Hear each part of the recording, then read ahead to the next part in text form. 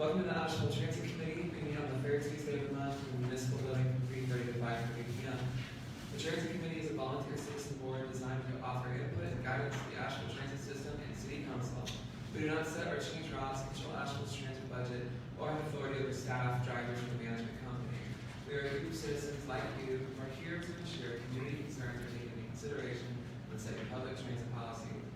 We welcome public input on meetings. You are allowed to comment on any matter under construction prior to a final vote. If you have anything to say, raise your hand and the chair will recognize you. There are also two public comment periods, one at the start of the meeting and one at the end.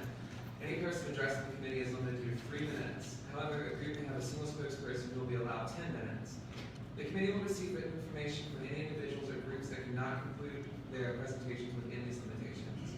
If you'd like to have an item discussed in more detail as part of our agenda, we ask that you speak with a member of the Transit Committee in order to have that item addressed during our next meeting. Thank you for your attendance. Your input is valued. Okay, thank you. The first thing that we're going to do is we're looking at our agenda for today, for this meeting, November 19th. I will say there was one change to the agenda that I put through on Friday. I don't think it got here. I don't know if you can make a motion, but I have requested that we move the agenda item on the marketing materials and plan, given that this is a very timely item that we need to talk about in front of the budget.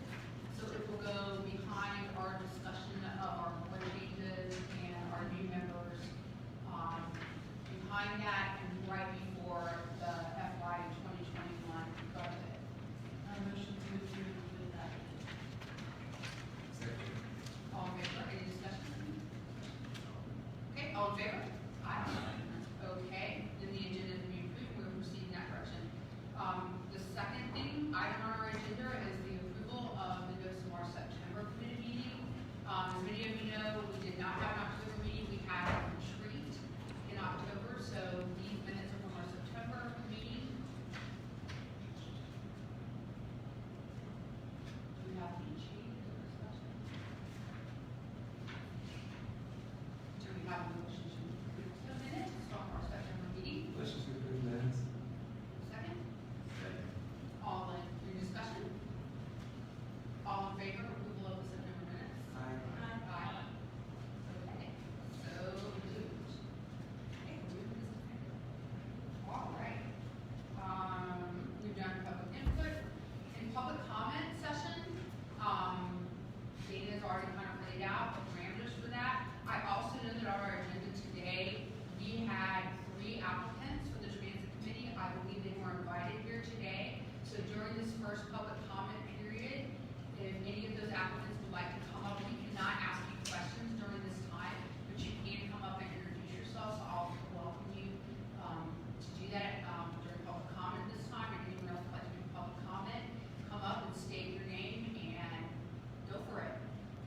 Anybody would like to come up and do public comment at this time? I welcome you to do that.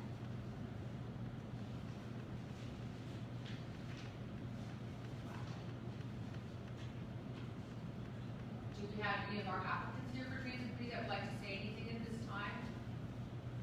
We'll be looking at the applications today and make the recommendations to the Water River Transportation Commission. Going once, going twice. Okay. We're good? Wow. I don't think this ever happened. Go forward. Okay. So the next item that we'll be talking about is going to be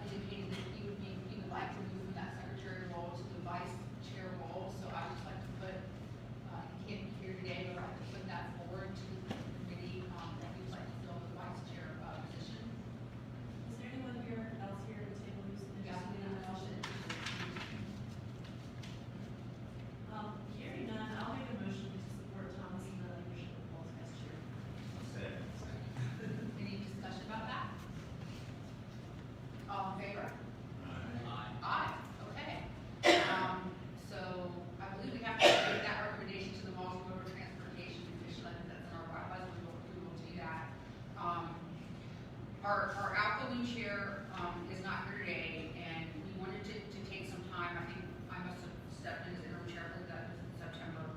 But the transit committee, and thank you, Jeff, for doing this, have drafted a letter, to her that we would like to read today, so that becomes part of the minutes.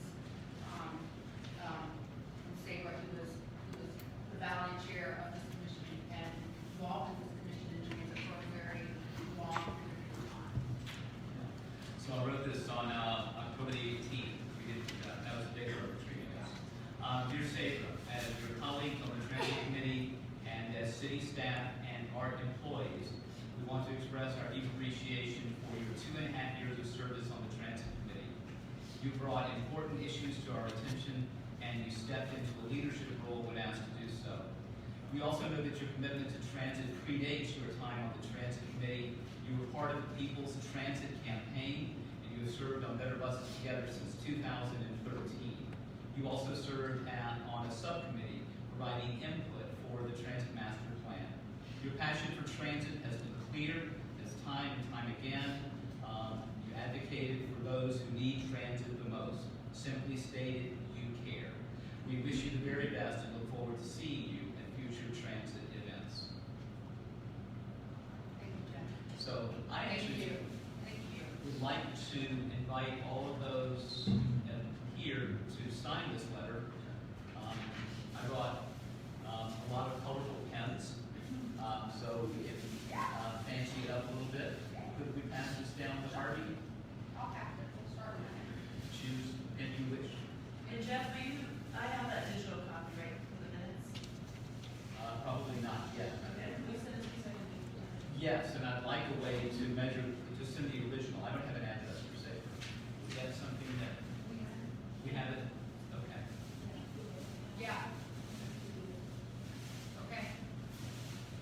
So we have a secretary position. I want to thank him for taking on that role today. Taking the minutes to this meeting, thanking him for doing that and stepping into that. Does anyone on the committee would like to be the secretary? I'm just gonna open it up if there's anyone interested in doing that, very important task. I mean, that's really the record of what happened in this meeting, so I feel like it's a huge, an important task to capture that. Do I have anybody here right now, just throw it out, and interested in taking on that role? And if not, we can revisit it. Kim has, Well, before I say that, okay. the transit committee secretary role can seem like a daunting task when we're trying to record everyone's voice. But there are lots of different ways to take notes, and I'm happy to like Skillshare and some of the research I've done to make it easier. But it doesn't have to be done the way it's always been done. That said, I'm willing to do it through the end of the year and make room for someone to start fresh at the beginning of 2020. And I also articulated this to training staff, I love writing on flip charts. I would also be willing, to take some of the decision points and the major action items so that we can have those come out really quickly after the meeting and not be embedded in the minutes. So that was something that I'm willing to take on doing, so that someone doesn't have to take everything in again and record and use some other methodologies. I now being visually here also kind of record and kind of transcribe later, so that I can engage me, but I'm willing to kind of take on a role there to support that, so we can revisit that, in January. Okay. Next thing on the agenda is we have 3 vacancies on the transit committee right now. We don't have to fill all of them today. We have 3 applications in front of us that we were sent out. And I guess none of the applicants are here today. Yeah. We need to approve. Do we need to approve what? Do we need to approve the interim secretary? Okay, let's just do it. Really have to. Okay. And I don't believe the multimodal commission has to, okay, or. They don't have to. Okay, you just have to notify. Yeah. Okay. Because that part is, it's only the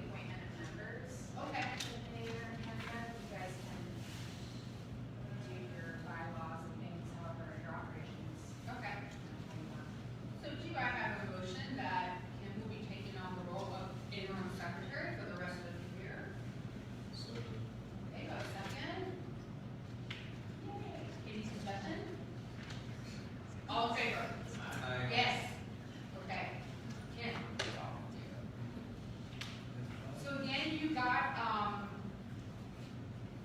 3 applicants we have here in front of us. You got the supporting materials, these applicants that were attached to the agenda. They're probably also in front of you. We have 2 Kyle, interestingly enough.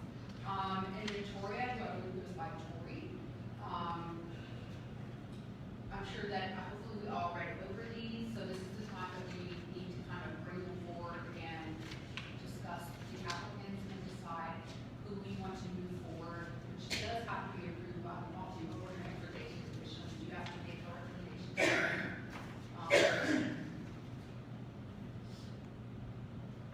I just want to confirm that all the applicants were invited to attend today. I got an email from HR. Yes, that was right.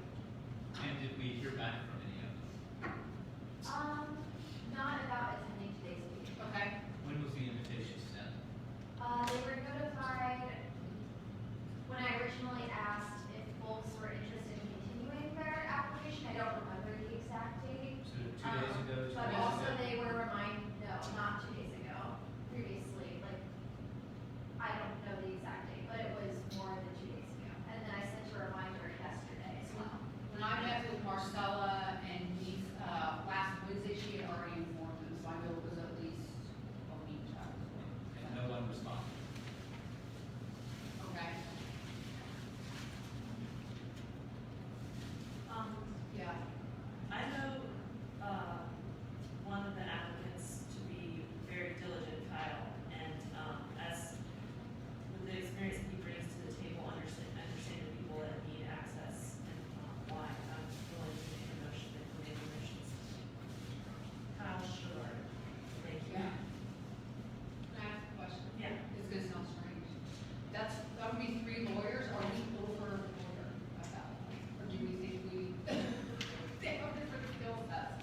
We really lawyered I up was at about that to point. say, is there such a? We are lawyered up, is there such a thing? Is that overlawyered? Is there, I mean, there's a benefit to having, a planner's voice at the table, so I can hear that argument. I also know that geographic equity is something that we strive for. okay. I'm taking your word for it, because I didn't know. Usually there's with these kinds of applications, a side-by-side comparison list of our personal representation. Right. And I don't see that, it makes it a lot easier for this group, if we know like which neighborhoods are coming from and our lived experience. So, can we make that motion to, Well, are we gonna wait and not put any of the positions? I don't know, I mean, We can ask that next meeting that we have, side-by-side comparison, to make sure that we're appointing people. just honestly, I looked at the 3 of them, I felt good about, Victoria's application, because I think she has a skill set that from what I know of the committee, with her environmental background, and her work at the Collider and some of her other, like, to me, she brought something that I'm not sure that many of us had at the table. Just kind of a younger, go-getter type, I looked at her age, and I was like, whoa, 28. Did she say what routes she uses? Yeah, that's the only thing is, what we were missing on her was the answer to the questions. But we have her resume and some of her other stuff. What we were missing on Kyle Parker was almost everything. I think she answered one, but I really didn't have any did y'all notice that, like, there wasn't any of the information from the questions attached. It's very hard to even kind of evaluate who he was and what he was bringing to the table. So, I know that was difficult, because I think all we got was the answer to one question in the other supporting materials. But we didn't get the answers to our questions that way, is that correct? I don't remember. So, here's what we need to consider. Yeah. We did just have our retreat, and we'll need lots of folks to help us get that work done. We could put this off until December and make another invitation for them to attend, because it is a tricky thing, as y'all know, as bus riders, to get here, to be able to participate. So showing up is often been, a very strong sign of, intention. Yeah, We could also ask staff if they can include the cover letter, what we bring to the table as far as like flagship. right. experience. And then also, we we could see, because we only have 3 applicants for 3 positions, it would be nice to see a bigger pool, come in, and I know that that's something that we can all do with the transit committees, maybe kind of continue to put the word out. So maybe we can get more applications in the next, 4 weeks or so before the next meeting, maybe have a bigger pool at that time. And I also, then request that, I guess, we have kind of a breakdown of the geographic representation, maybe even skill sets or some kind of comparison to know what gaps to fill in. Do we have to make a formal motion to hold this off, or just, do we have to discuss about? We can ask if we delay for the next meeting. Yeah, to the next meeting. So it looks like we had 2 of the 3 submit answers to the supplemental questions, but not 1. Yeah. So, and I maybe not printed all of that, but it's part of your, packet, part of your. Yeah, I only had one, I had none, and the other one answered one question, but not the other one. Yeah. There's only like one, and then we kind of go partial. So, I think if we were, can we go back and request that they answer the questions if they did not do so? Is that something that we can do so we can get kind of a full picture I of can it? certainly ask, but I can't. Okay. Provide. No, that's fine, as long as we ask, I think that would be a reasonable request. You all think? Yeah, I mean, it's kind of hard to pick, pick somebody without, Yeah. you left them at all. Okay. I'm concerned that they were invited with plenty of notice, and I can understand that they might not be here, but it's more difficult for me to understand that they haven't responded to the invitation. That makes me think they may no longer be interested. So we maybe need to discuss that again during after the supplemental materials that we want that.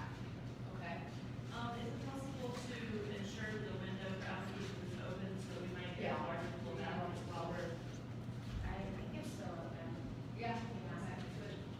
Okay. We pretty much don't close it. And if people apply, then we hold their application. 2 of these applications are from the last application process, and I followed up with them and asked if they were still interested in being considered for this round. So I think Tori and Kyle both indicated that they were interested. Oh. Yeah. Probably one who said, Kyle? Scherer. Sure. Yes. Okay. And then the new applicant was Oh, Kyle. perfect. Yeah. And when did they respond that they were still interested? I don't remember the exact date. It was a month ago, probably before. Okay. Okay, so we're gonna note all that, any more discussion, and we will put it on the December agenda. We're safe. Okay. So again, we've changed the order, so that our next item will be the discussion of the implementation plan and the marketing materials for the draft sheet and all the other fun new stuff that's happening in January.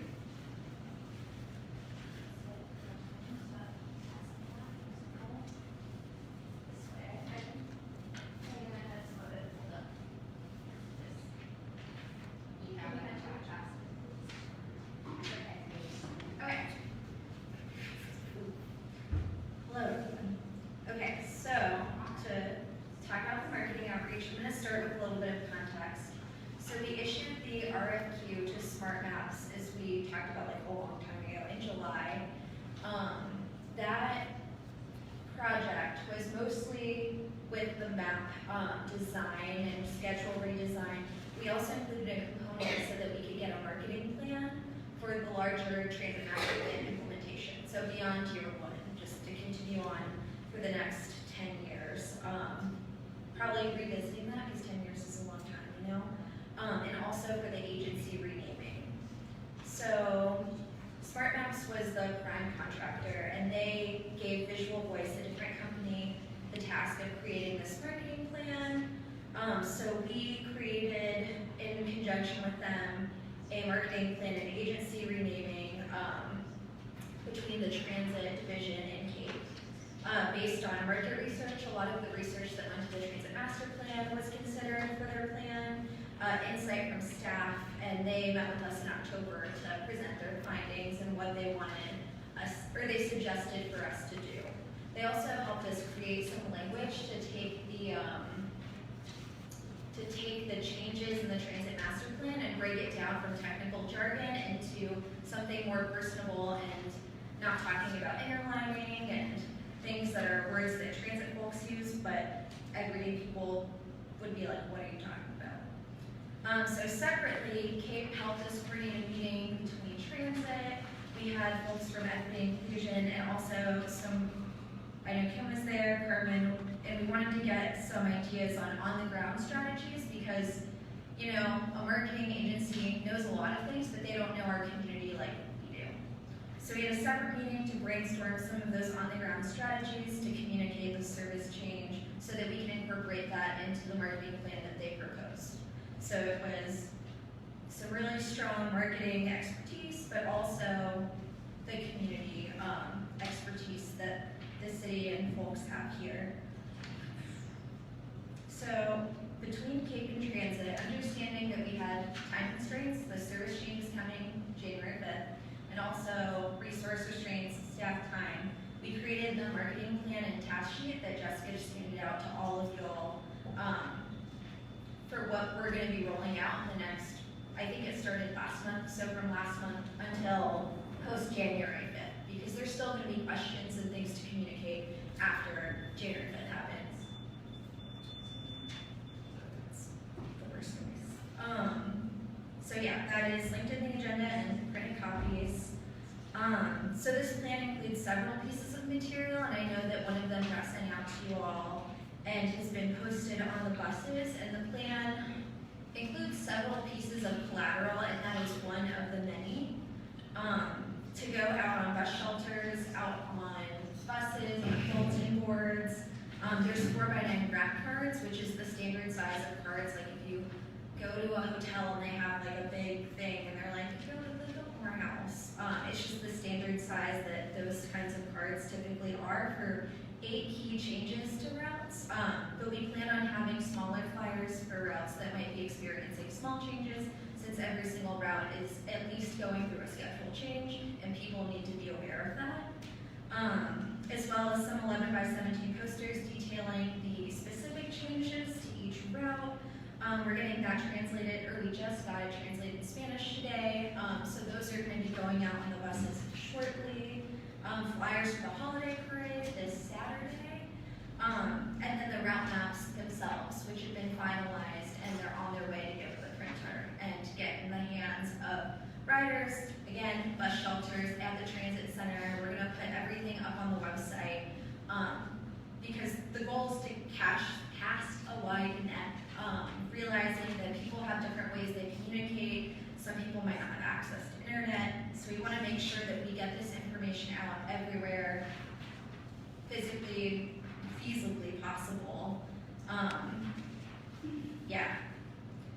Then the next thing is we wanted to present this to you guys to get feedback on what we might be missing in this plan. Realizing that, you know, you don't have anything. So it's really great to have you guys here to be like, hey, you thought about doing this. I know Thomas has reached out, and that's one of the action items is meetings at PDA, because they specifically requested that we come and talk with them about the changes that are coming, since the W6 is a big change. So any insight on what we might be missing and how we can work together to get these changes communicated is extremely valued. One of the other action items in there that's kind of an action item for both the city and transit committee is having transit ambassadors. I know Eunice and I have talked about going out to the station the week of the change, because people are going to have a lot of questions, and we're going to have staff there, like from RITP, Deb, and the city. But I think the more people that are there to put a face to the change and explain it, the better, to be completely honest. I'm personally one of those people who likes to ask questions face to face. So yeah, we're looking for that feedback, and that's basically it. Any questions, I'm willing to were passed around. This one, and another little one that I saw over there that was a different picture, Harvey, I think not that one.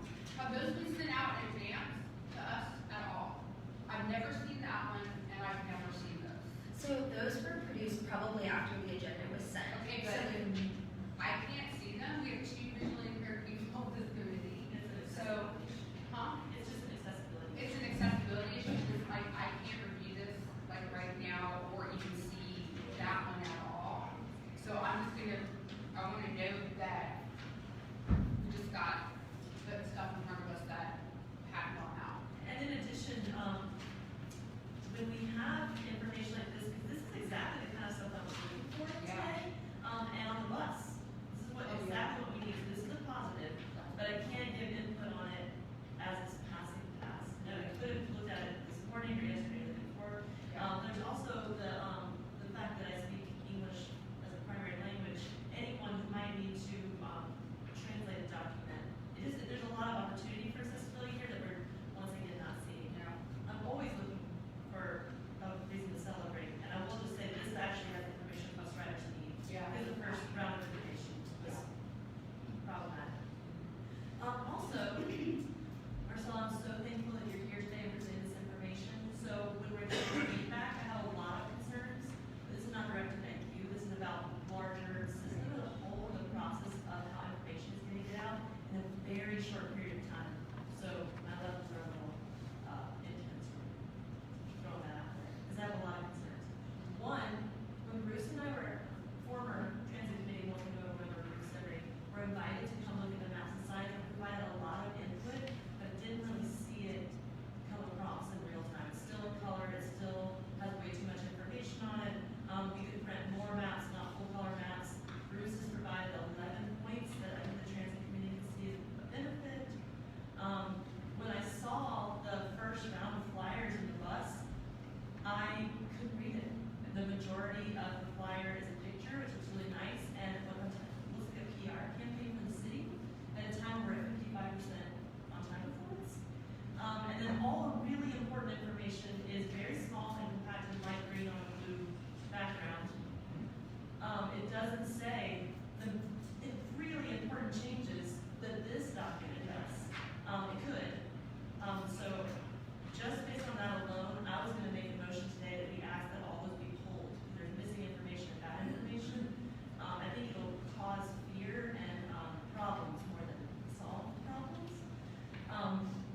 Some other things that we just need to really clearly say, just like this one does. The new W6 route for Haywood is going to serve Ingalls and be a direct service for PDA. It will not be served by the W1 or 2, just like this document says, so thank you for that. And we need to say which routes are serving Spruce Hill and Bartlett Arms. We need the N1 and N2 to be explicitly stated as connecting to S4, that people don't have to get off the bus, and that the S4 is gonna be twice an hour, which should be like a really big high five for the city, so I hope that the city will take it. But input like Bruce said, that if we just had one map that had the N1 and N2 and the S4 on it, it'd be so helpful instead of people needing 3 maps. So there's still a lot of room for improvement, but when we're hearing this information,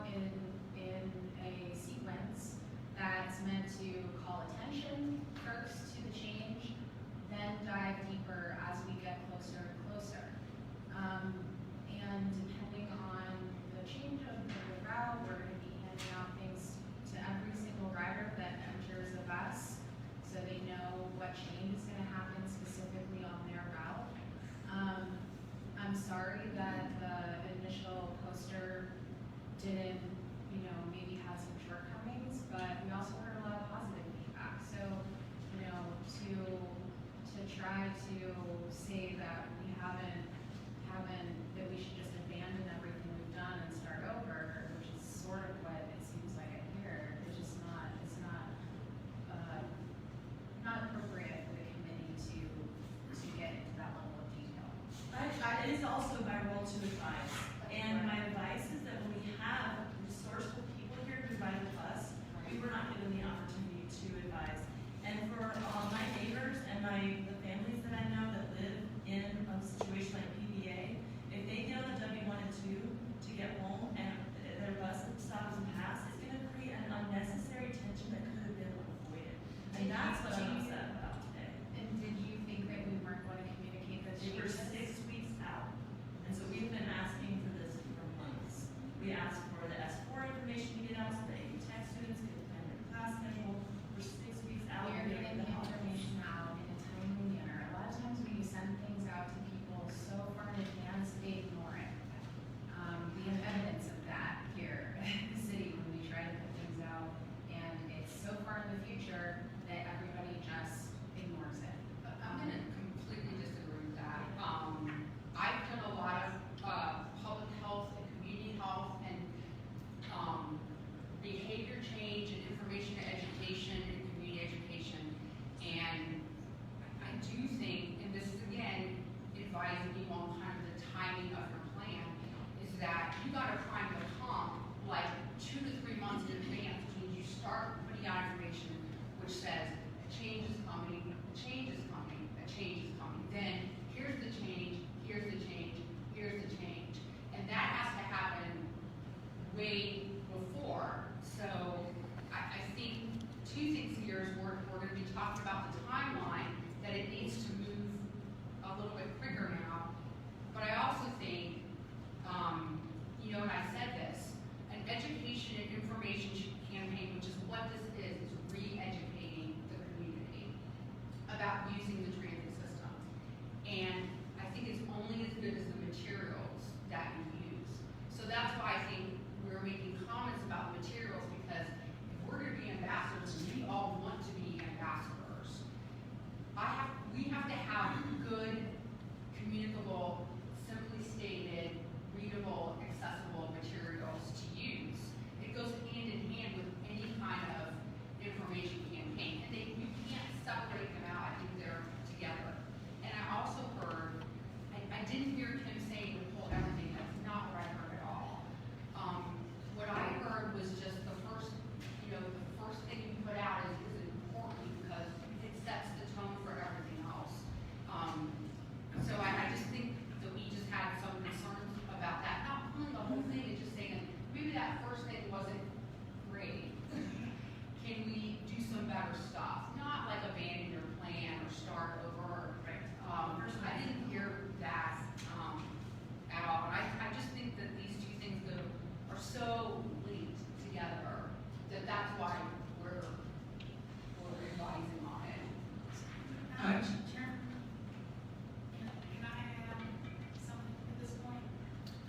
So I want to commend you all, and I appreciate you all working so diligently and hard. And it's unfortunate that we have a system that we're continually putting a lot more money. A lot of it is because of folks like you who advocate for it. I think there is a point in time, and I will tell you, the staff has been working so hard, and so we probably have, we have professional people who do this marketing all the time. And so what I wish is that there was a level of trust and confidence in the staff that we have that's doing it. And there may be some things that could have been better, but I want to reassure you it was with good intent. And we have been, these folks have been working overtime, they've been sending out materials on the weekend. I hope as we move forward, that we cannot let this divide us. And that you all can see that it's with good intent. It is the responsibility of staff to provide this information and to do it in a way that's evidence-based, that works. And we have trained staff that can work with our communication staff, with a professional firm, to put this information out.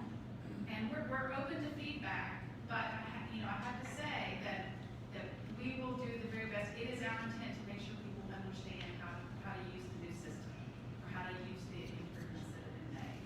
If we're going to put rad cards out with the 8 most important route changes, Kathy, we need to have the maps on them. I included that in my email immediately so that the information wouldn't wait until today and it can be useful.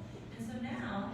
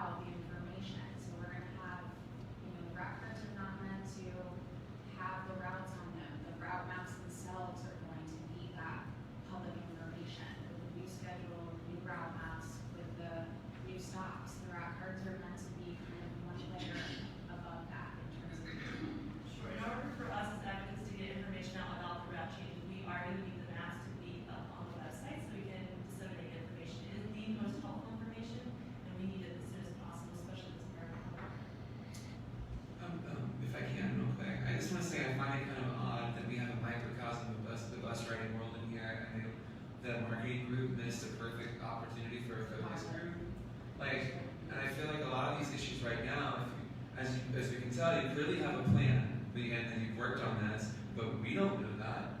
Like, that exactly is what we're having here. Like, how are we gonna know if we're not in on this? And I feel like it's just, we're here for consultancy and advising. I don't understand why we wouldn't, if you're afraid the deliberations are gonna take too long, we can discuss that. But I do think, I mean, we are having people here who are already noting, and these people are regular bus riders. Like, were other regular bus riders involved in the marketing plan at all? Or when we did the mass and signage meeting, when Bruce and I were there, when we were asking to go to the transit committee, yet, so. Or even like, I've done marketing campaign before, and you usually do a focus group or a pilot on any of your materials. You do that, that's just kind of a normal plan. So, I guess I'm wondering, when did that get done, how did that get done? It also makes me feel like, what's our purpose then? Yeah. If that's gonna be the final deliberation. Your purpose is to assist us with prioritization, policy work, feedback, yes. I just don't think us pointing out problems with it is micromanaging when it's, we can't even see it. Like, if I'm on the bus and I see that poster, I'm gonna have to get up and look at it. And unfortunately, I don't really feel like standing on a bus where I'm moving or waiting for a car. Like, it's those little things like that. That's the things we're trying to point out. That's not micromanaging. That's like, hey, there's a flaw, maybe we should check. That's what accessibility is about. And it's really an opportunity for the city to have some wins. I mean, we're getting ready to see a lot of positive changes in on-time performance that we need. We've been talking about maps and signage for 3 years. So this is it. This is the culmination of 3 years of advocacy. There's a lot of new people and new faces in the room, but this has been going on for a long time. And I would like for us to have some successes. That's the goal. And we have a lot of opportunities, we just aren't using them. And we're all on the same team here. And we're all, and I know it's We feel like they are successes, so obviously we've not met the expectation that you all have had. I will tell you, we've done it with the best of the teams. So I'm assuming that you all know that. You know what they say about it? We've also done it within the capacity that we have. And we had a budget increase done in July. So since July, we have been working on 100 different things related to the service increase. The service increase is the biggest priority, and it's the most complicated service increase that you're gonna see from this transit master plan. And I have 3 people.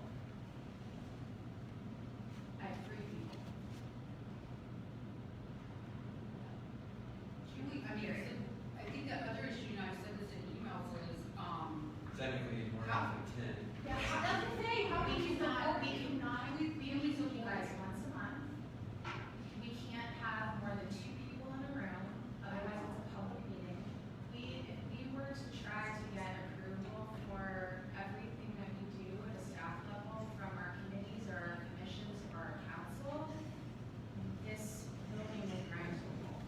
So we are doing the best we can with the resources we have, and the skills and expertise and professionalism that we have. And is it always perfect? Absolutely not. This whole transit system is far from perfect. And so we're trying to put our efforts the best we can into the things that matter most. And we absolutely want to get the word out, and so we've tried to design a marketing plan that will do that. Is it perfect? It's not. But, we can't wait for your approval, nor should we have to, for every piece of work that we do. And we don't actually have to wait to give good advice to do our job. So I would suggest that we, like, I have a motion that we actually, advise the multimodal to, even though they're not gonna be until December 11th, to advise taking on the first round of flyers because of the stated issues that many people have submitted. And then this really awesome, helpful information be the thing that you see on the bus. We have lots of space now, the buses have been cleaned up. There's a lot of opportunity to get this information. It's very large print. We already have it English and Spanish. That's in line with our retreat goals to be more inclusive and accessible. This is what we need to see. So let's make a motion to take the first one off because there's issues with it and put this one up. That's good advice, and that is the scope of our group. We were planning to do that anyways. is that two-sided or one? It's not gonna be 2-sided, it's just 2-sided, Okay, because I I don't just want know. to say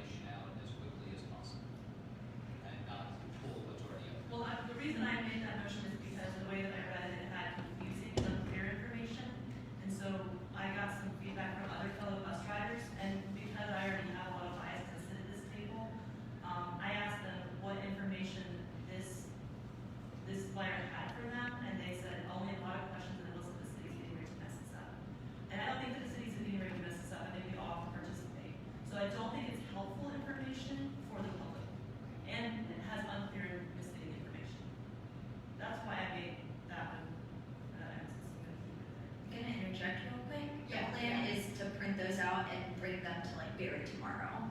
So I don't know. We're gonna do it tomorrow. That's perfect. Yeah, and I think the only reason why we're saying this is because as bus riders and people that have been going to different meetings and meeting around town, is that we have heard a lot of not so great feedback that this could have been better. So this is better. So I think the idea is just like better and in Spanish. And better. And so that, I think that's really what we're saying, that this is better and clear, so can this come out, maybe just go right on top of that? That's all. So we had a motion, a second, we need to take, do we have any more discussion before we take a vote on that? I mean, I'm hearing it's already on the fence, so it's too late, so this is really an opportunity for us to advise in the way that we can. We vote. Okay, we have a motion, we have a second, all in favor, I'm gonna say aye. We have nays? Okay, recording that. What was the vote? I'm seeing 1, 2, 3, 4, 5, yes. George, I didn't see your hand. Yeah, I did vote. So, the way that I understand the city's process, we can't abstain, Yes. So it's okay if you can say no, but we have to say after request. Do you have any more questions that make it easier? Is there still lingering conversation? We want to hear that. So no, that's okay. I can just put it on. Yes, ma'am.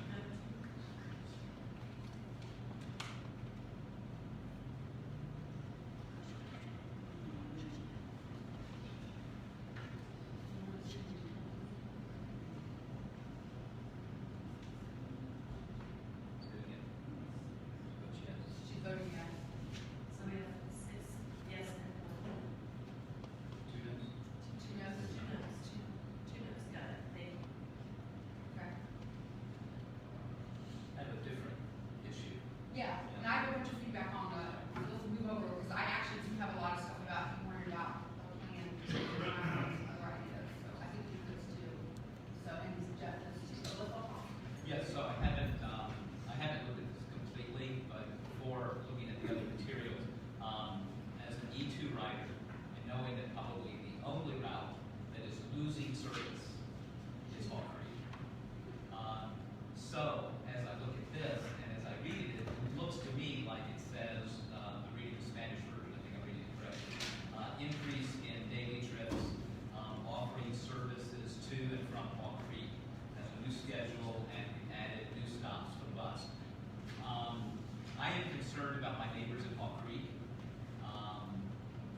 I admit that certainly an increase in service and a change in schedule is going to require people to do a lot of adjustments.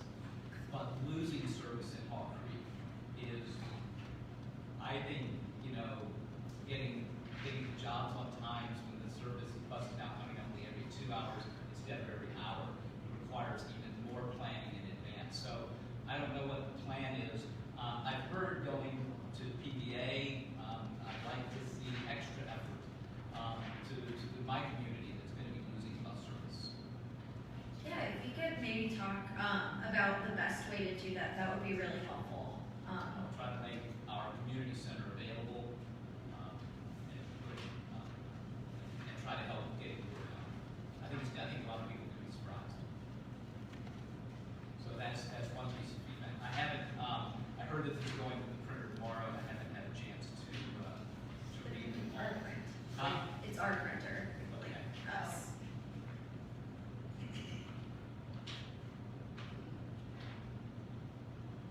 Oh, I did have one other piece of input. I did review this in advance, and I think I am concerned about the parts that are not filled out. There's nothing scheduled after today. There are no dates scheduled after today. Is that correct? Yeah, so the So- dates have been a new addition, especially for marking things that have been done to mark the day this happened. Okay. Yeah. Okay. So, just knowing that a lot is happening quickly, obviously, you're going to give a lot of thought to how do we schedule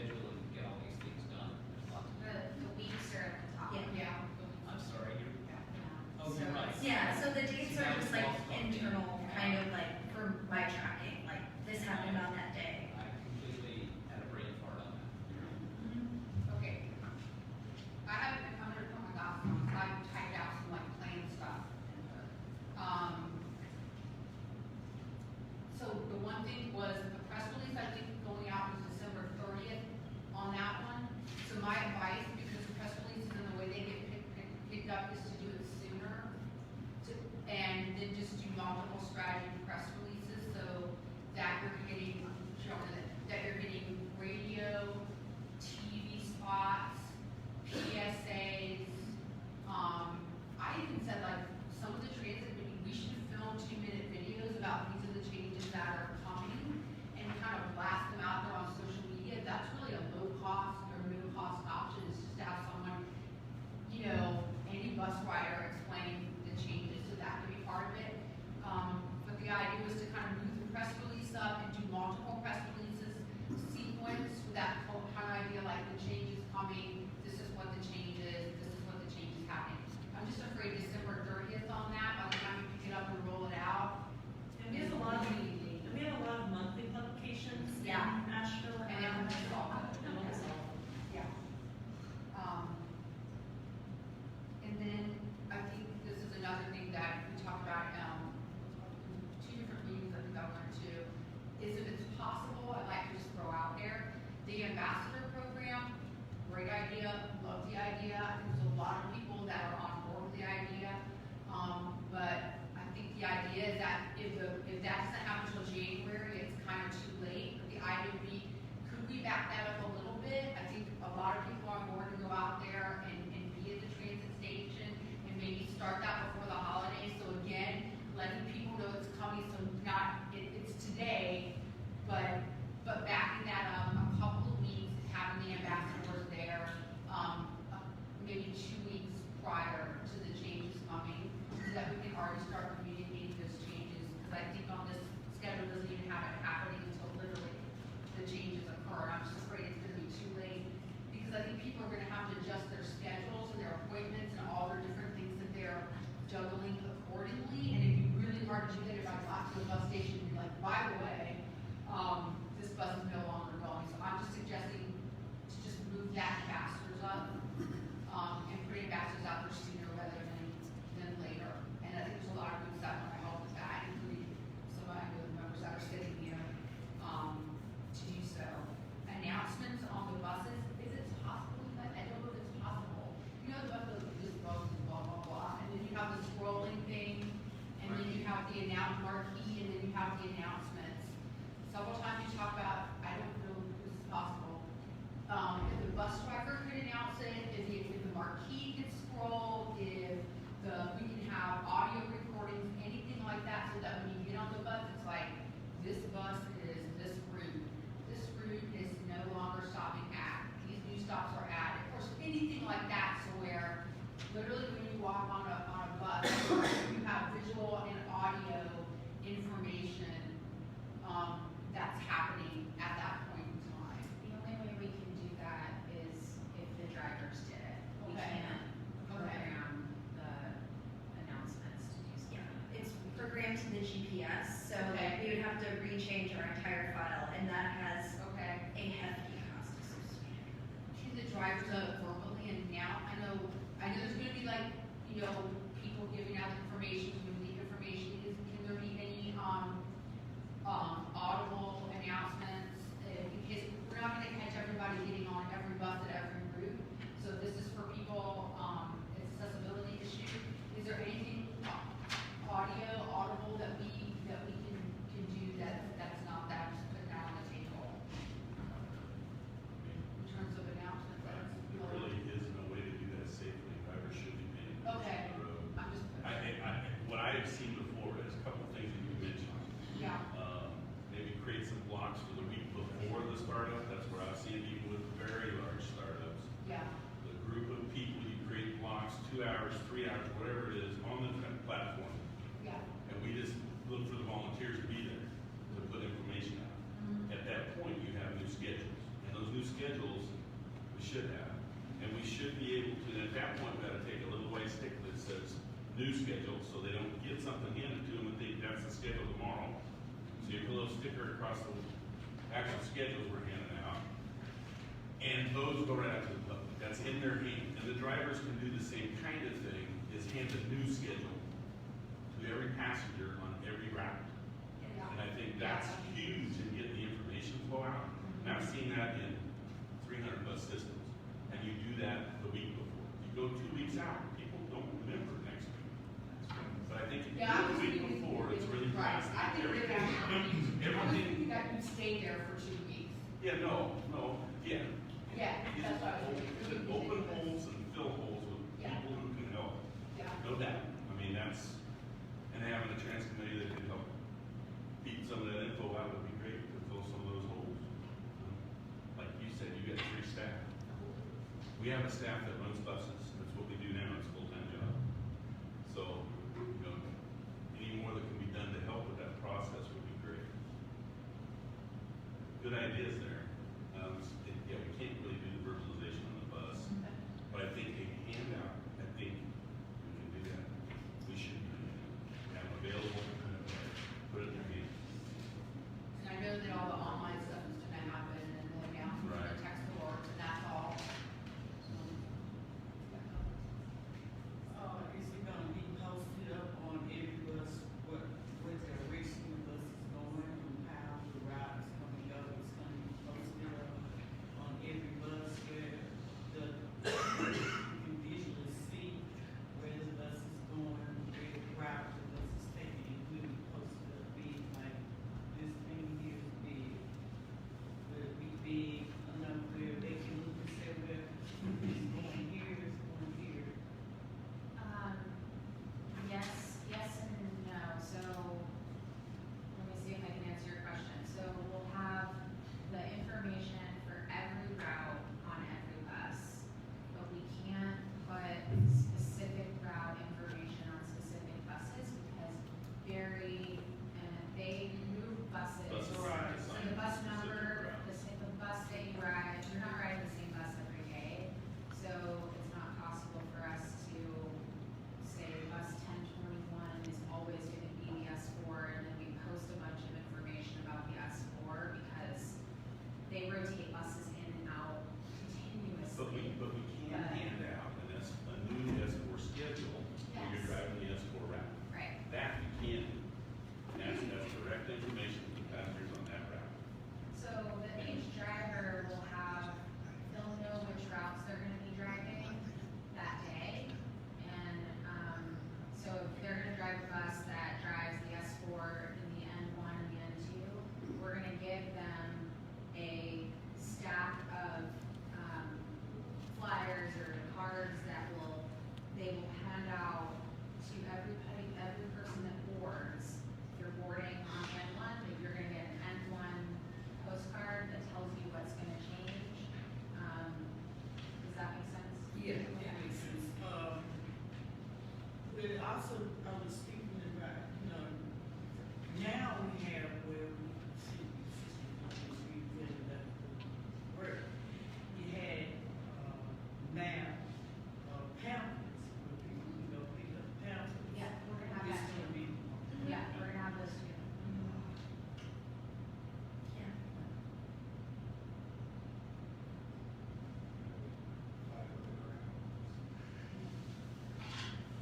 And so the last question I have is when will the new maps be on the state website? We should be getting the files today, so I can do that literally for homework. Yeah, I wanna get them up as soon as possible. We're just waiting on the final file. But, to your point earlier, we were in communication with Bruce and we did address like his points with him. And looked at that and considered it. And I know Eunice was crafting a response till like Friday evening, super late. So, yeah, I think that it was really, the feedback we heard from him was really important, and we did hear him, and it did make an impact. So, we should get those files today. I'm hoping while we're in this meeting, so I can upload them to the website. And I think your list is, I want your list is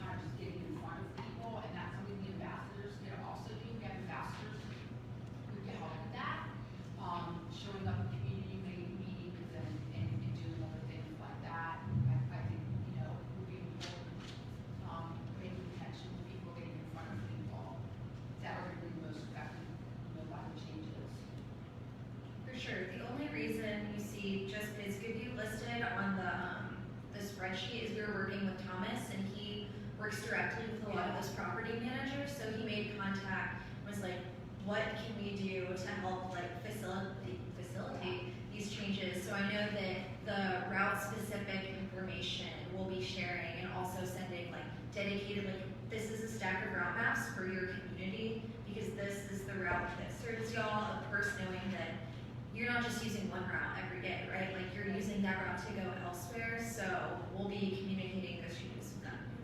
So yeah, for sure. I agree that that's a really big. Anyone else have any? You have,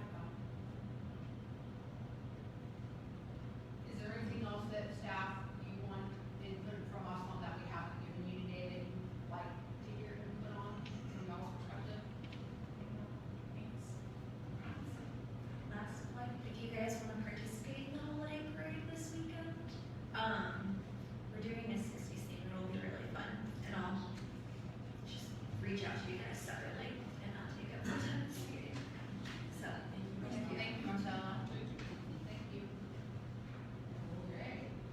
Next on the agenda, I believe we have the budget presentation.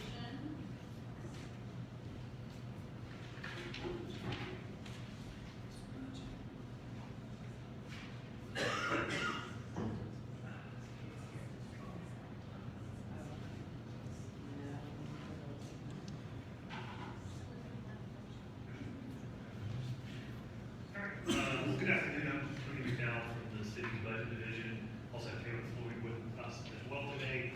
And we're going to do a little brief presentation and overview of the city's budget and our budget process for you.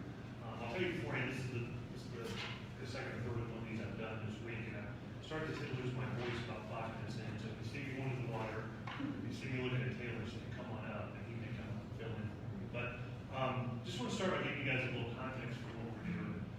We're going out to all the boards and commissions this month and doing this presentation for them. This really is an offshoot of some public engagement that we began last fall. So when we finished up the budget process in June of 2018, we heard from City Council that they really wanted us to do more public engagement to improve transparency around the budget and the budget process. So last fall we did a series of work sessions with City Council where we gave them a deep dive into the overall budget. And each department director presented their budget to City Council. We did 5 of those work sessions between August and December of last year. We also went out into the community last year and did 4 community meetings in the northwest, south, and east parts of the county, where we also did a similar budget 101 presentation. So this year we were looking for ways to pick up upon what we had done last fall and do more engagement. And so it seemed like a good idea to come to all the boards and commissions. You all are a bit of a captive audience. We've got you here. You're an interested group of folks. And so here we are. So what I'm going to do today is I'm going to go through this presentation. And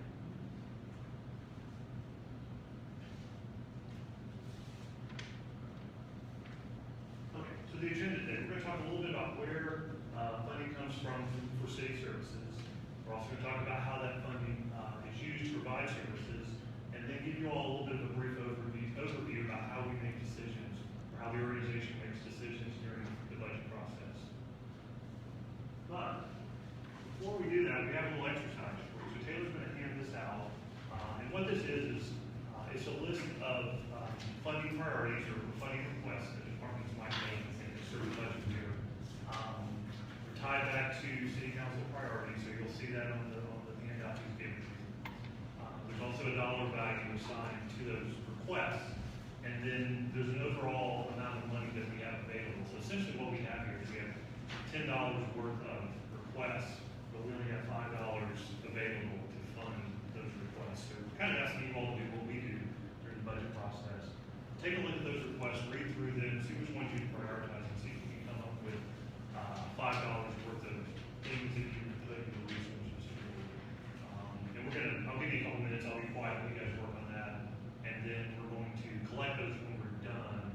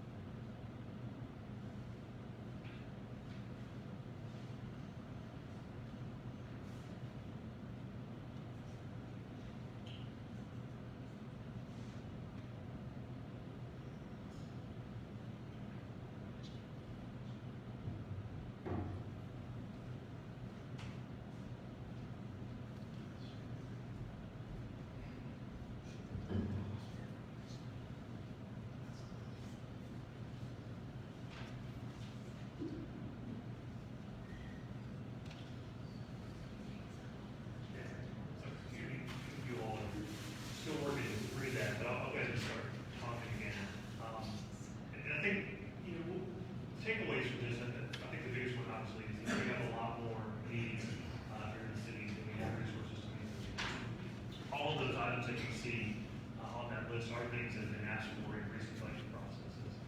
We tweaked the numbers a little bit just to make them work for this exercise, but I think you get the idea that there's a lot of needs out there. There really aren't a lot of enough resources to meet all those needs.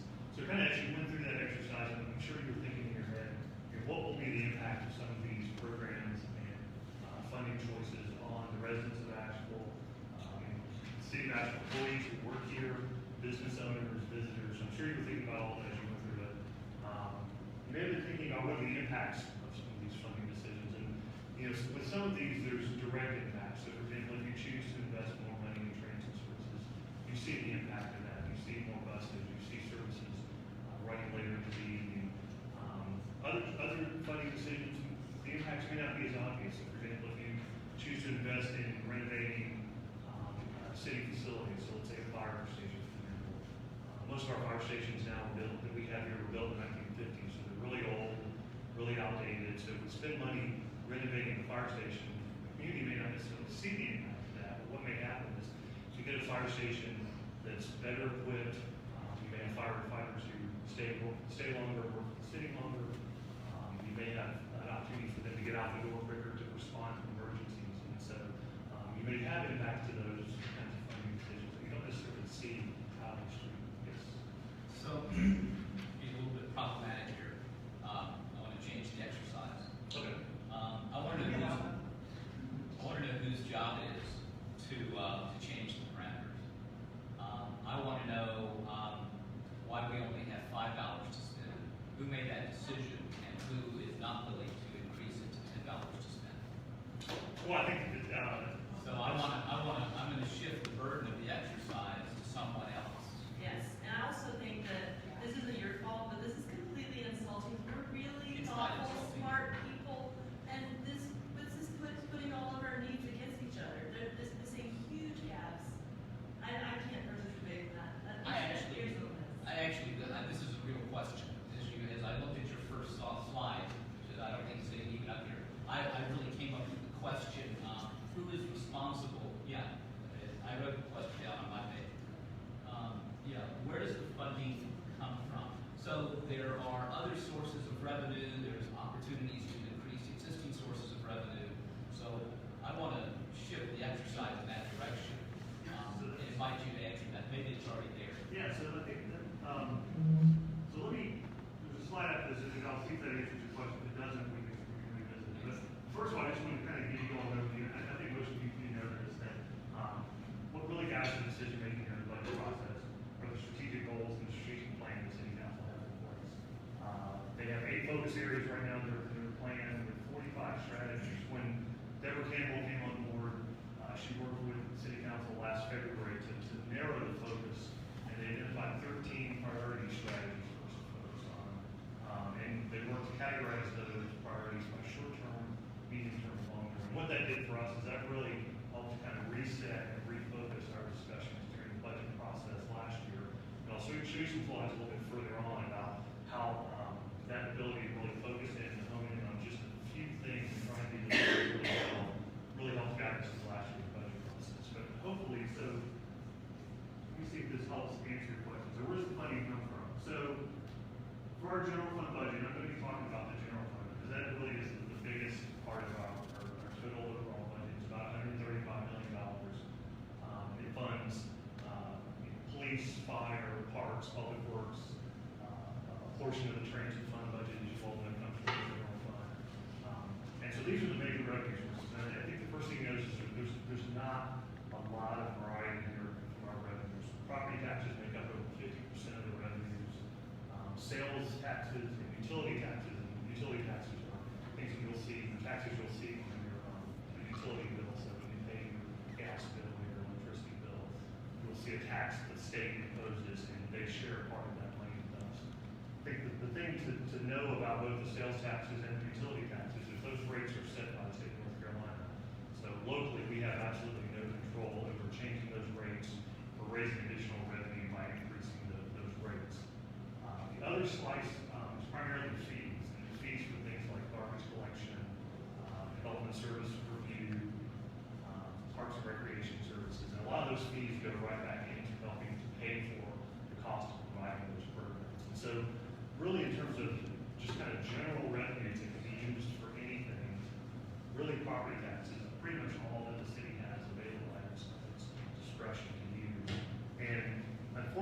you know, we've been in a very good time economically recently. So we've seen a lot of construction, and our property tax base has been growing. It just doesn't grow enough every year to fund all of the things that we need to do. And I think that's really the point that we're trying to drive home with that exercise is that we really wish there was $10 worth of stuff so we could fund it. But in reality, there just isn't. And so we have to have a process in place and make decisions around what we do bring forward to offer. So doesn't city council have is in its purview the ability to raise property taxes? Yes, absolutely. So we have it within our ability to make the $10 available pretty quickly. Yes. So can I just add to that? Oh, go ahead. I want to make one more point. Jessica, I think, gave an amazing presentation at our retreat about other sources of revenue for transit. Just one of them being, you know, revisiting, I don't know how to talk about it, MPO allocation. Yeah. You know, so there's I think, and I think there's an opportunity to generate some non-trivial dollars.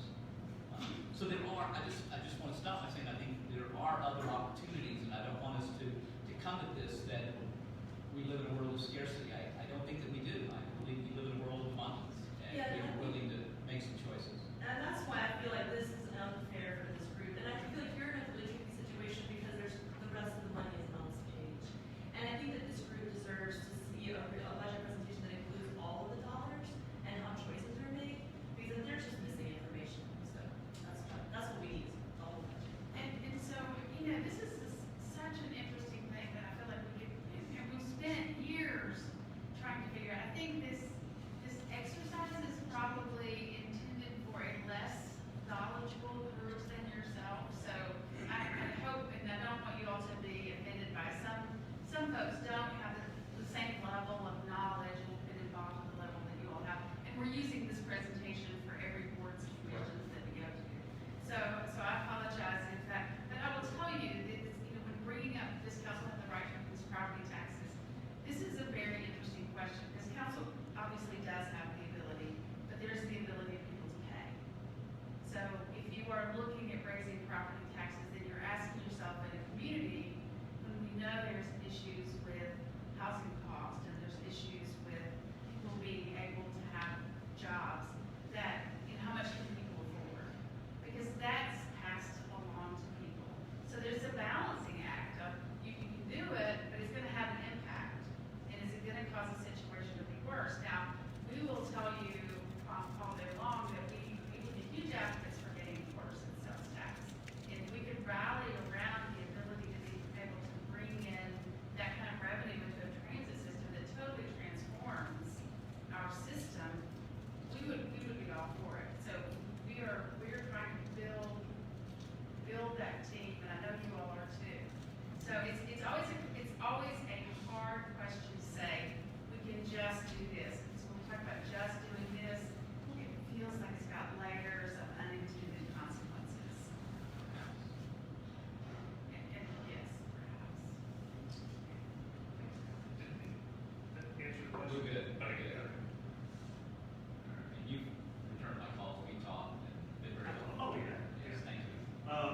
Okay, so after we talked about where the money comes from, so what are some of the services and how's the money used? So when you look at this slide, what kind of jumps out at you? What do you see?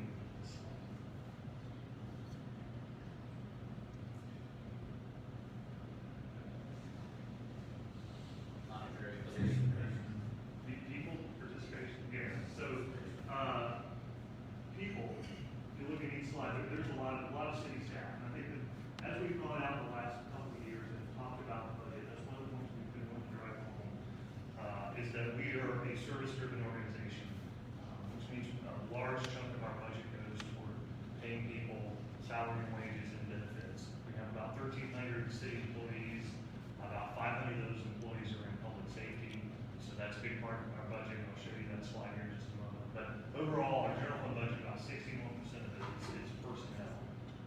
The other two pieces, 27% is operations, and that's things like fuel for vehicles, it's supplies, it's materials, it's contracted services, those kinds of things. And then capital, we spend about 12% of our budget on things like repaving streets, buying new vehicles, replacing sidewalks, the expenditures, we're looking at it from a, what type of services provided. So about half of our general fund budget is public safety, and I mentioned about 500 to 600 employees are in police and fire departments, and so that's a huge part of our overall general fund budget.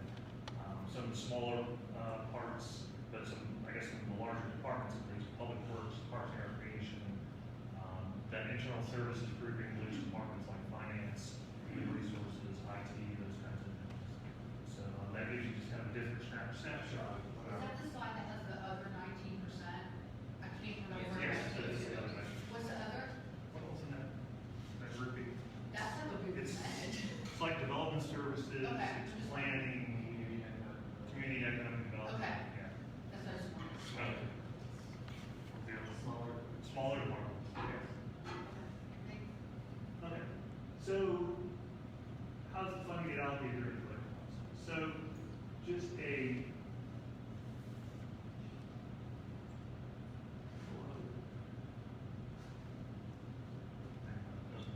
thought there was another slide on that, but just to kind of give you an idea of the calendar that we go through during the budget process.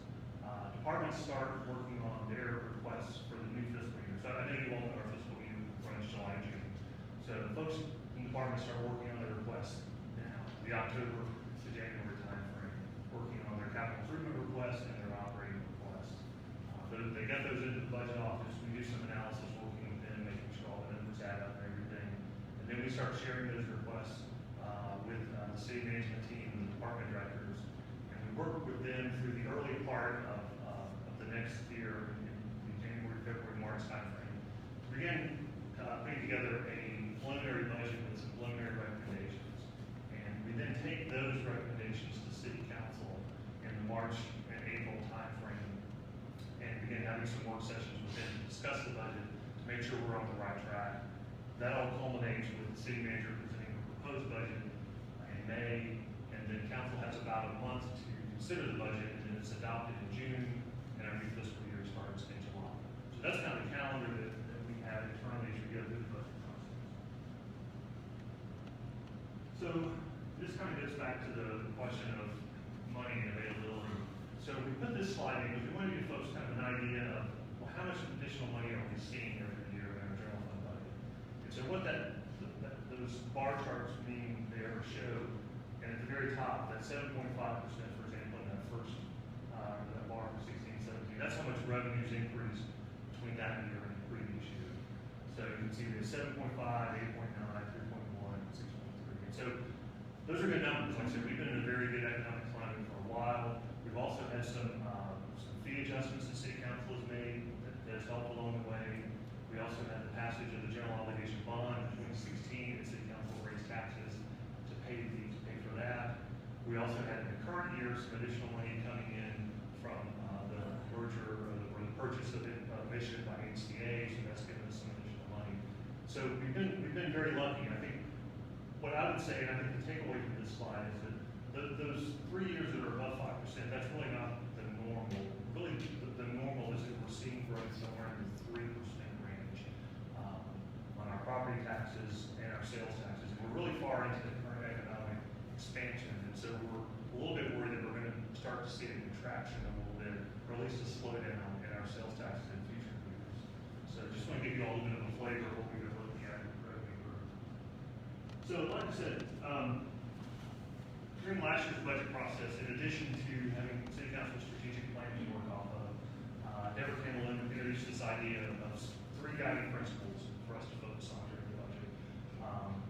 Essential service delivery, enhancing customer value, and again, aligning resources with the city council strategic plan. So as we looked at and evaluated the types of proposals that you all saw there on the sheets, those are the lenses that we used to evaluate those and consider those for funding during the budget process. So how did that play out in terms of how money was allocated? So we were able to put some new resources toward what we would describe as programs that help with our essential service delivery. We made some additional investments in sidewalk and stormwater replacement, some equipment in both the fire department and the police department, and then we were able to give a general pay raise to staff, and we had a state mandated increase in our retirement program. So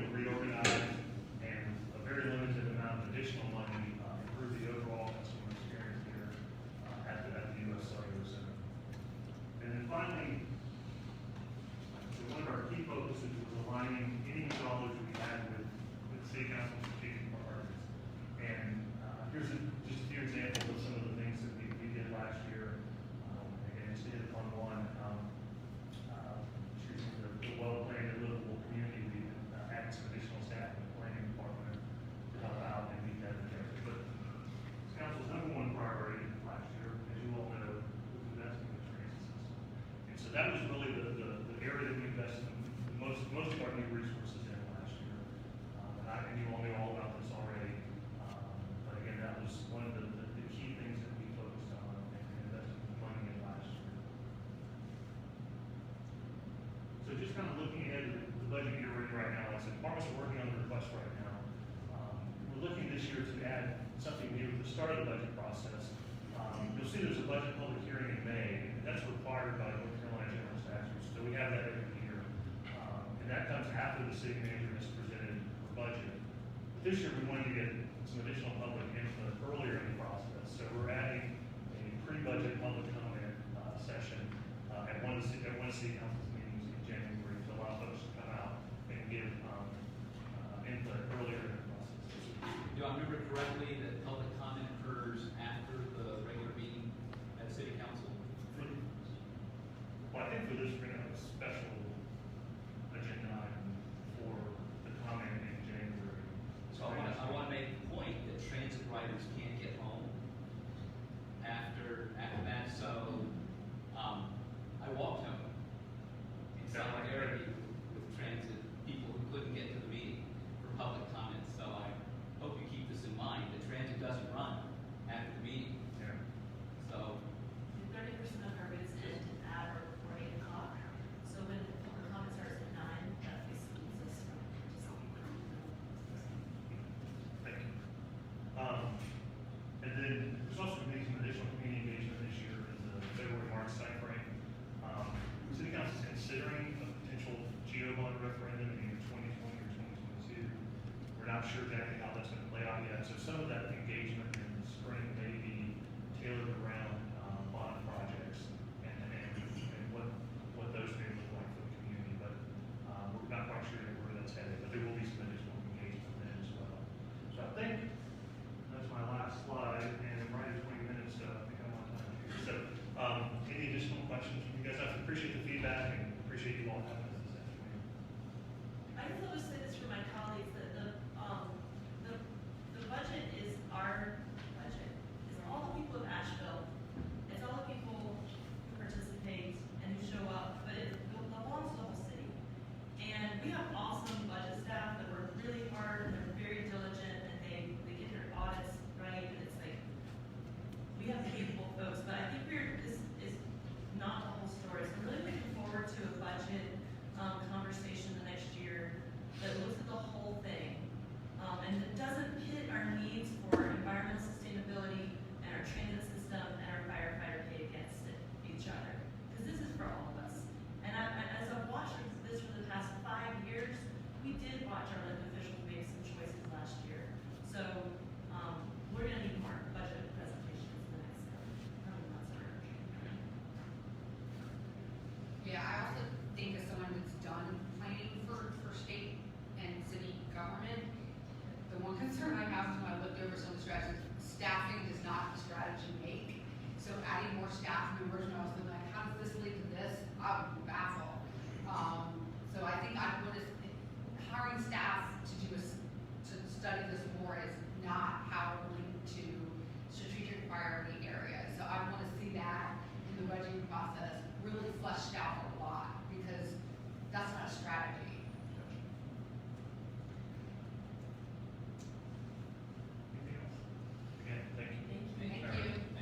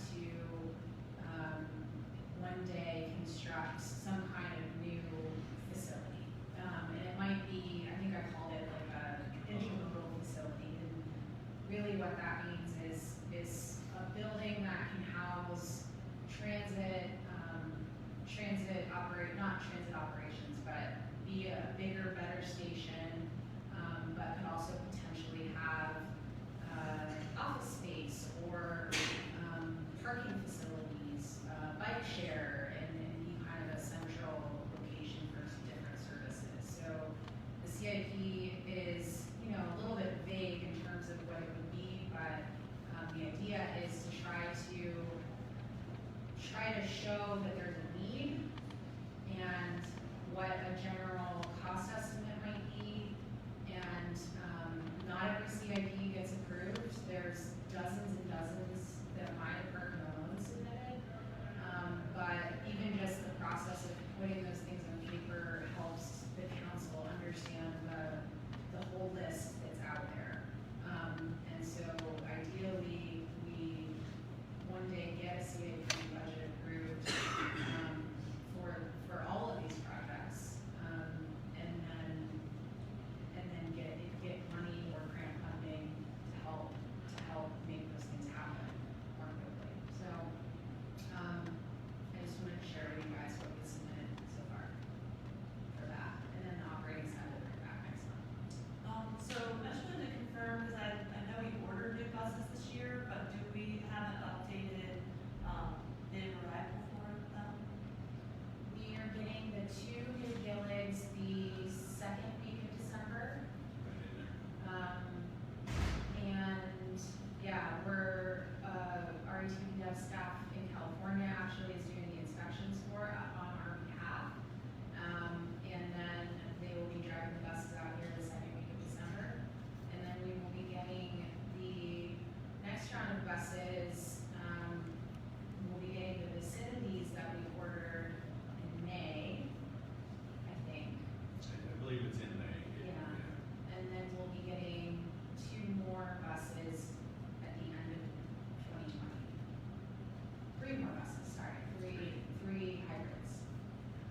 Yeah. But we are getting 4 on loan buses to start January.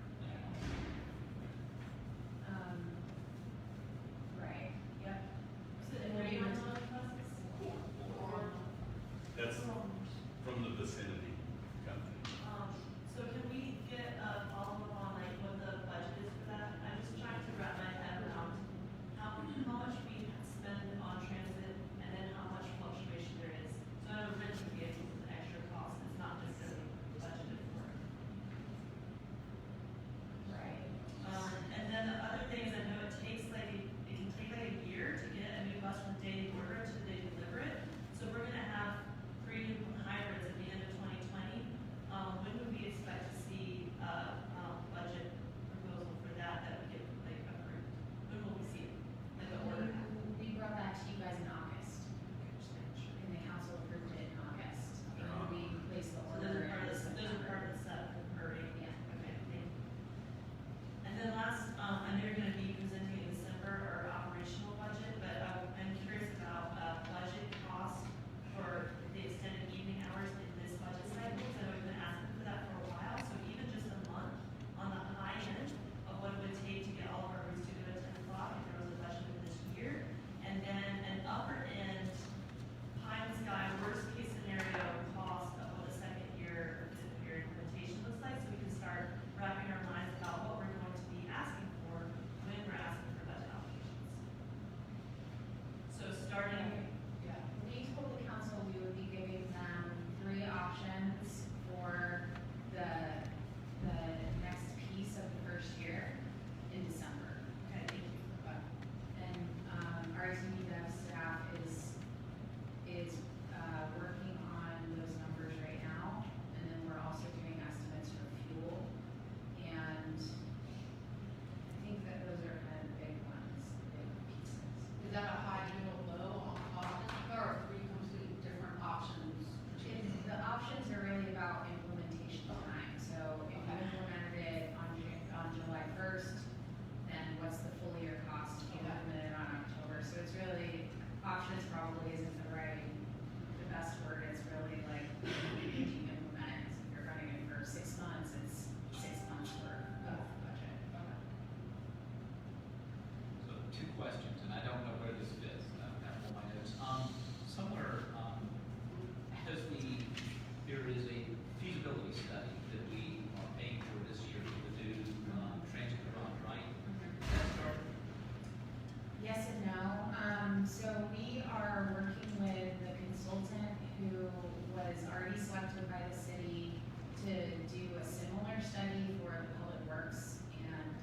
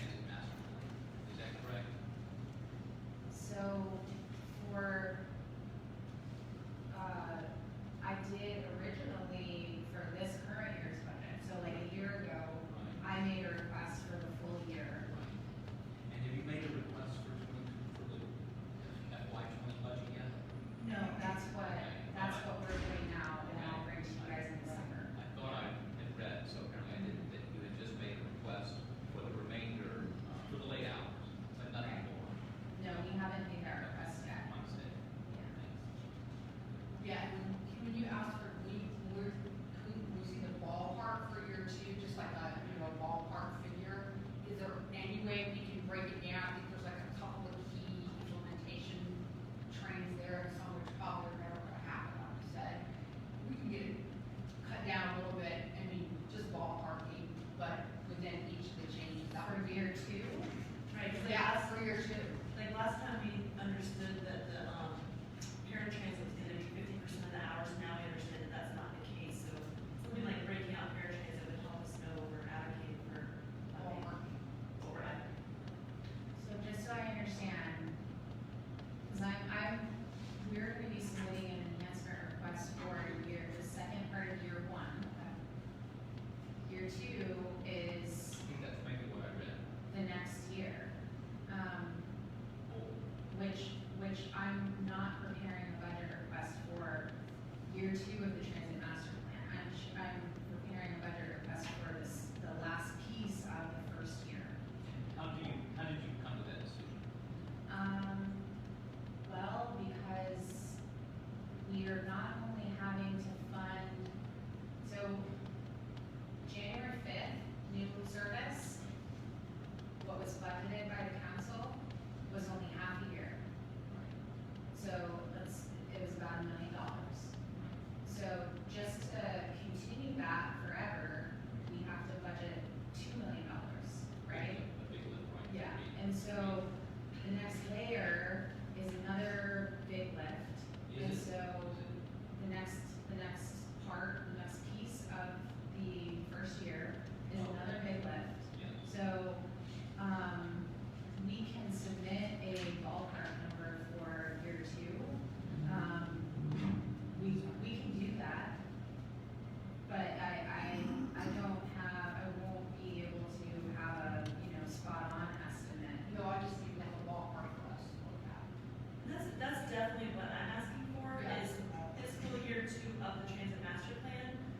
Because what we're talking about fiscal year two is the second half of fiscal year one, we're already very aware that we're behind. But if that starts in January of 2021, then we're essentially 3 years behind what we committed to. And if we know what we're asking for to get us caught up, then we can talk about where the other revenue streams are, and maybe we can do more. We just don't know what the number is updated.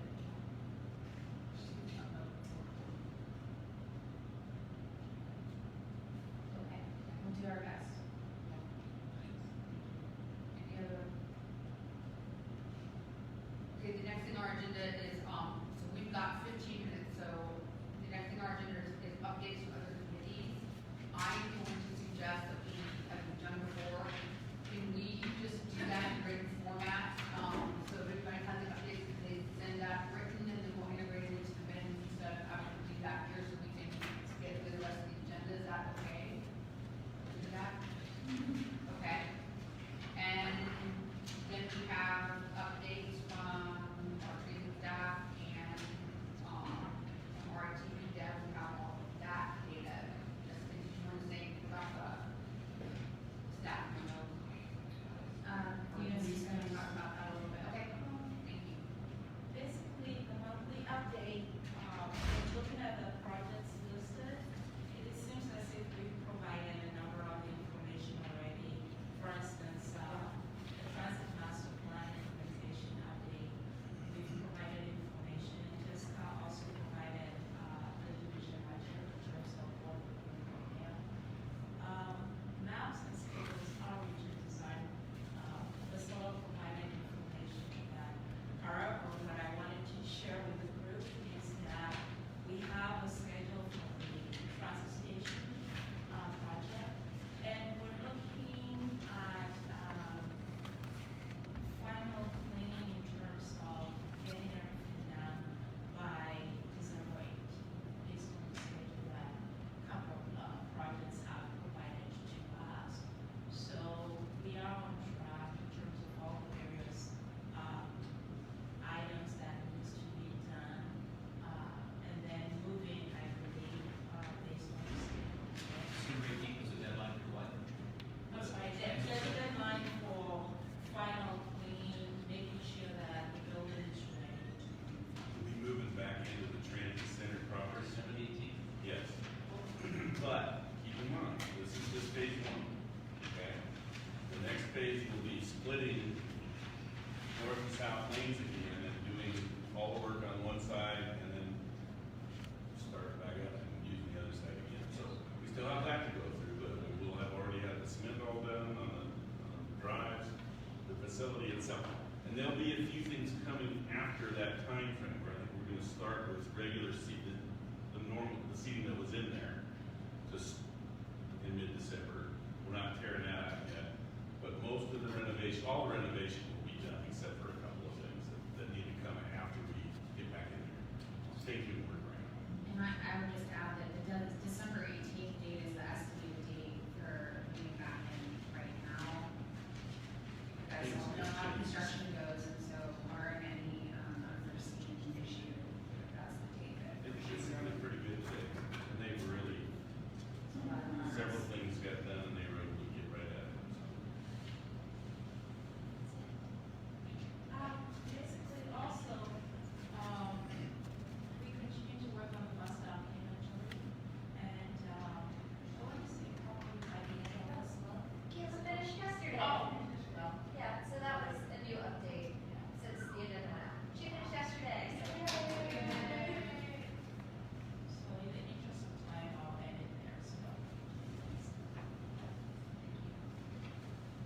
So we've got all the information from our dev, we have complaints, we have our OTP, the whole spreadsheet. Do you have any questions, discussion about? That's Jessica. Okay. Barry brought something he wants to hand out to you guys, and we can put it on the agenda for next month, but it was a smart drive update. Okay. So he's just gonna hand that document out, and then we can put it on the agenda to have a discussion about it next month. Yeah. And the information on that is, you did, just need to take a look at it, absorb it. What it's showing is how we were when we initially started the smart drive, as far as events and that type of thing. It also explains how events are categorized. And then it shows where we are towards the end of the process. So you're gonna have ups and downs, but there's good progress, very good progress. So, Okay. Can I get some of that electronically, please? you get what? Can I get some electronically so I can see it? No. Yeah. No, just kidding. Yes, I'll get that to the city. Okay, and we'll put that on the agenda for December? Sure, Okay. absolutely. Okay. Any other comments about the proposal that we received from? Yeah, the one report out that I'm still looking for out-facing data on the impact of electric buses, like how much cost savings we have on fuel and how much gallon savings we have on fuel. I know that, Proterra offers that as part of their, contract for us to be able to have access to the data. And also, I was really surprised in the comments from the public that, for follow-up, that we don't offer late night service during fall break to UNCA. That seemed new to me. I hadn't noticed that comment before. I just wondered if that was standard, if that was a new standard, or if it was present. It's always been that way. Yeah, no, I was thinking the same, it was holiday weeks where. They contribute to, they fund that, so if they want to fund. We'd be happy to be out there. Yeah. A couple things. The rolling stock inventory report was from February, 2019, rather than October. All the other reports were October. The rolling stock was dated in February. Did it have the Proterra on it? It had one. Yes. And looking at, customer service, this is just very, impressive and appreciated. I went through every one of them, and it looked like, they were all taken to completion. And there were, except for two, there were two that were left blank, and I don't know why. There was no follow-up to, the concern, it was just left blank. Okay, we'll look close. So, yeah. And the last thing is, I had previously requested that we look at, you can apparently call the transit center and leave a voicemail message on the message entry machine. And this is an entry machine that has never checked for messages. And my neighbor actually did this, I believe, and I had requested that be eliminated. And I think you said you would look into it, but it was not occurred. They're all checked. They're all checked.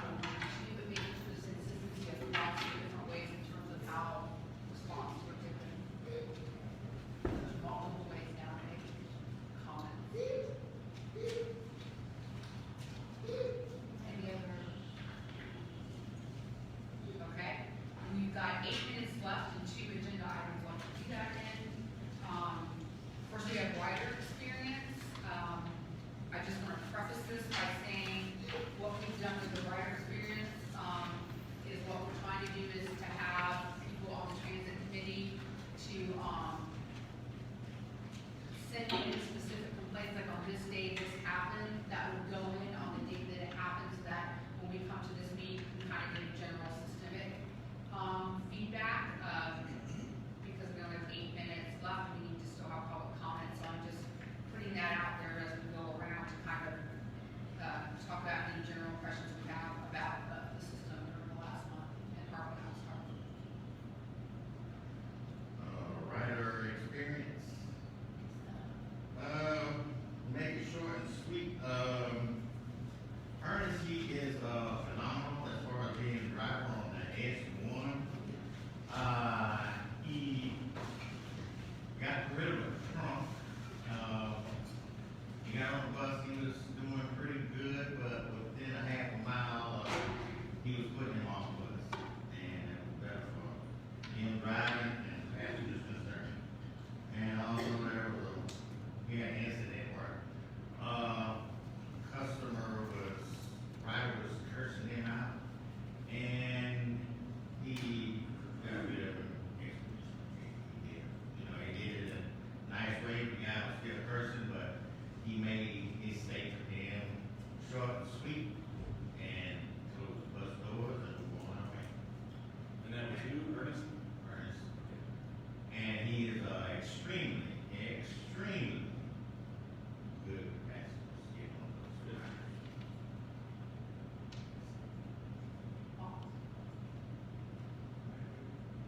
I had to rent the bus as well. It's the first one I ever done. So as you know that the one a couple months ago, we finally put together a place across the street from the old center. Shelter. Yeah, shelter.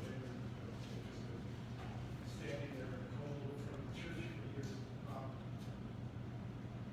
And for a long 10 minutes, I think, guys,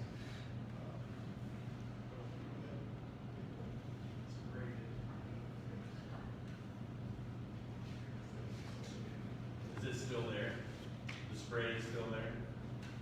Or was it cleaned off? I haven't.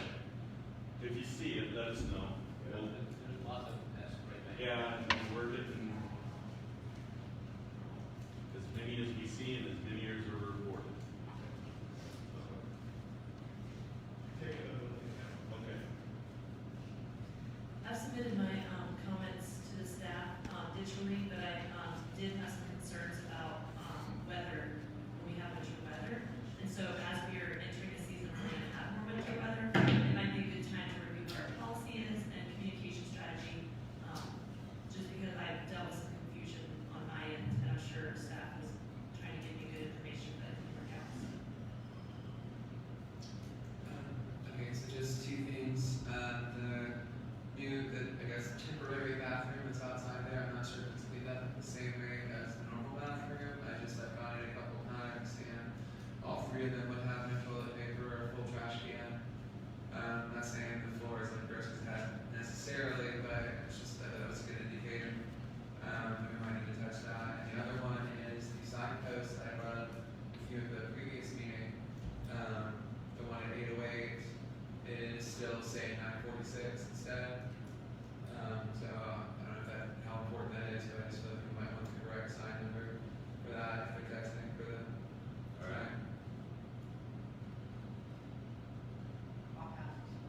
So I sent mine in advance, hoping they could be researched and addresses and answers could be provided here. I didn't get a list.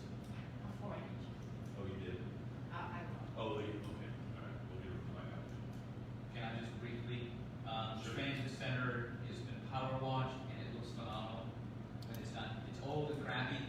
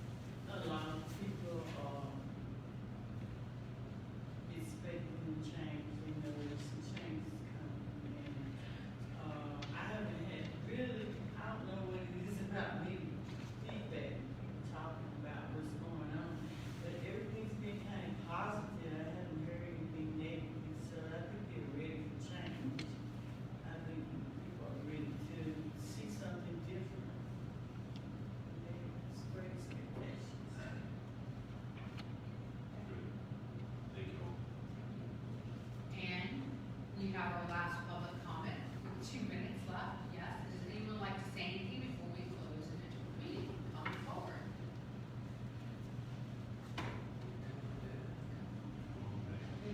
Okay, folks, my name's Tom Tomlin. I've been around many years. I started out as a driver, worked for about 12 years while I was in college, and even after I graduated, I still worked part-time driving on the weekend whenever I could. I was on the Transit Authority for 16 years, on the Transit Commission, and changed to committee. I was on there for 7 years. Helped with the master plan, one we had in 2012, and also the one we just had in 2016. What I want to mention though is when we set up in 2012, we had in the waiting room of the transit center, we had a little table set up for 2 people, manning the table, and we had the routes and maps and everything like that. I don't remember who worked with him, but I know I went over the maps and everything before they were started, so I know what I was talking about. Because if you just go in there and don't know and look at the maps, you don't know what to tell people. So that's what I tried to do there.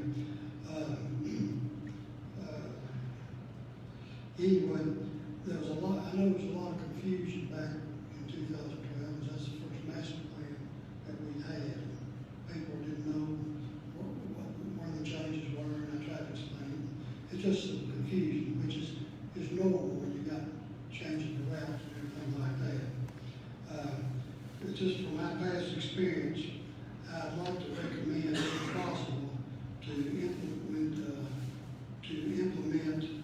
new routes, to try to maybe hold back until we got the transit waiting room in the dispatcher's office till we get back into the new part. I think I heard Jessica say it's supposed to be December 18th. Keep your fingers crossed. I have my own opinion anyway. I just know from past experience, but if we can't get in there by the 18th or by the 1st of the year, my recommendation would be to hold off, if at all possible, until we can get in there to implement the new routes.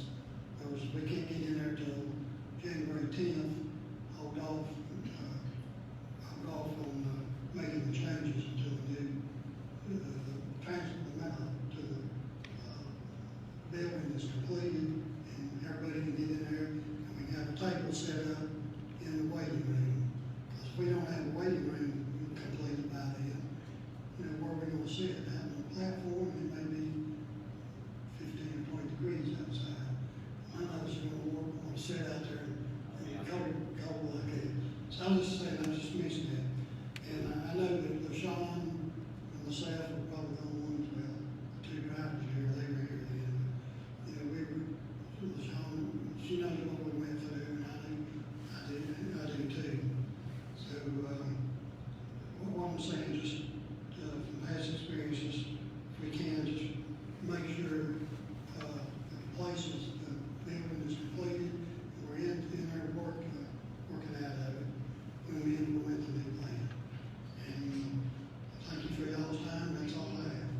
Thank you. Okay. And if you have more input, because you have wonderful experience, please feel free to email any of us on the transit committee. We want to hear more from you because of your experience. So feel free to contact us. Keep it out what I know. Okay. Well, keep in touch. I say that